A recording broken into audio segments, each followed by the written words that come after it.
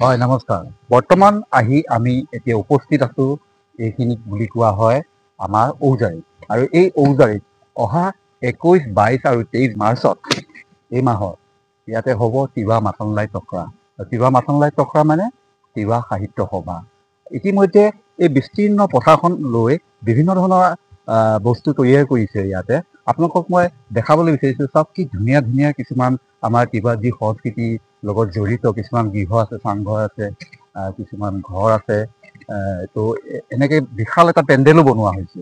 বিশাল এটা পেণ্ডেল বনোৱা হৈছে য'ত হাজাৰ হাজাৰ মানুহ আহি ইয়াতে বহিব। তেওঁলোকৰ মিটিংবিলাক আৰম্ভ কৰিব।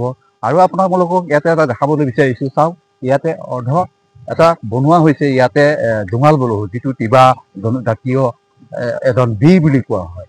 গতিকে তেখেতৰ এটা প্ৰতিমূৰ্তি ইয়াতে মাটিৰে তৈয়াৰ কৰা হৈছে, কিন্তু এতিয়াও অলপ তেখেতক মানে কাপোৰ কানি বা ৰং এইবিলাক দিবলৈ বাকী আছে, কিন্তু এয়া অতি শীঘ্ৰে হৈ যাবগৈ। আৰু এনেদৰে বিভিন্ন আমাৰ যিবিলাক ৰাইজ আছে, এই ৰাইজে তেওঁলোকে কাম বন কৰি আছে।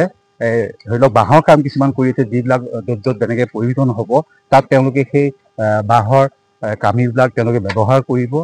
আমাৰ তিৱাসকলৰ লাংখুন এয়া লাংখুন তেখেতসকলে তৈয়াৰ কৰিছে। এয়া লাংখুন বুলি কোৱা হয়। আৰু এয়া ঢাৰি কিছু আছে। এইবিলাকে দি তেওঁলোকে এটা প্ৰাকৃতিকভাৱে যিটো তৈয়াৰ কৰিব, তেওঁলোকে এটা ভাল দৃশ্য এটা তৈয়াৰ কৰিব, যিটো তিৱা সংস্কৃতিৰ লগত ওতঃপ্ৰোতভাৱে জড়িত।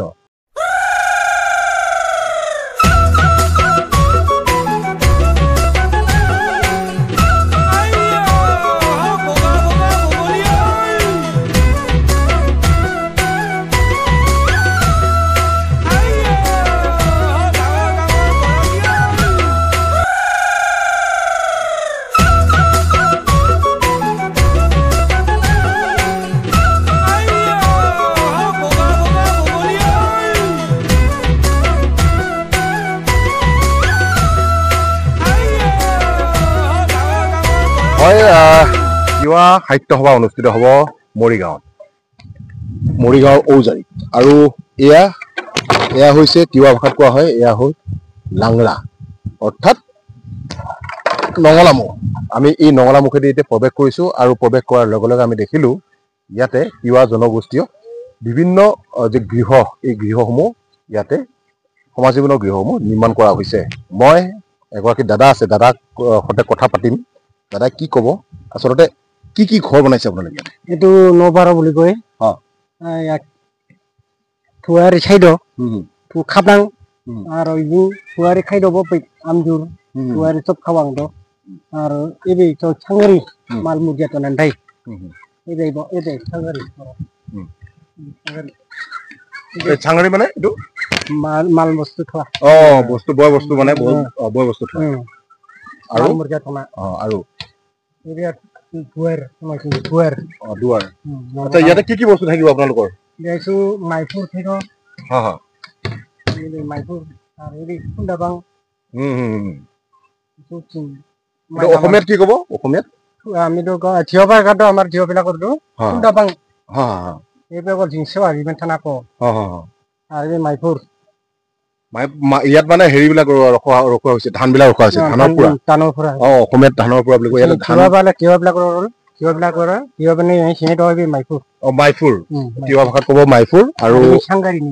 আচ্ছা, চাংগাৰী খোচা মাই খাওয়া আর এই খিচড়ি সাথে খাইবাম খাবলাম তো না মানে সেই কুচিরা বসব এই খরে সারে মাই হুই মানে খাবো এসে আমার খাকাই হবো পাটি ন মাই কাটি এনে।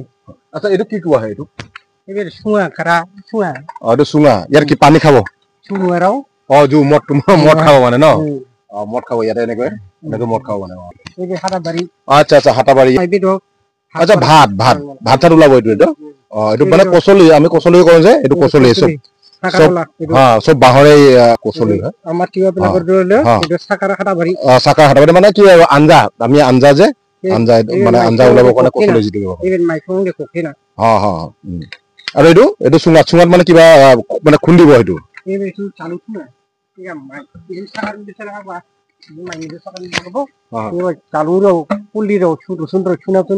জালুক তালুক খুন্দিব ইয়াতে এটা মানে আদা নহৰু সকলো খুন্দিব সব লাটেতে বৰ ইফালে দুৱাৰ ইফালে ওলাব চাবা খাৱা লেতেৰা পানীবিলাক ইফালে উলিয়াই দিয়া হয় মানে এইটো এই দুৱাৰে দিয়ে আৰ জিঙ্গা খাওয়াৰ যে কোনো মাইল দাও ভিতৰত মদ পানী খাই মদ পানী মানে খোৱা হয় চুৰা উনুঙ্গে তো আর তিন পায়ও গা ঠোকরা ফল তো বিকা ঠোকরা হিল সব আর রিম ঠোকরা হিল সব বুঝিম ঠোকরা সব বুঝিম ঠোকরা সব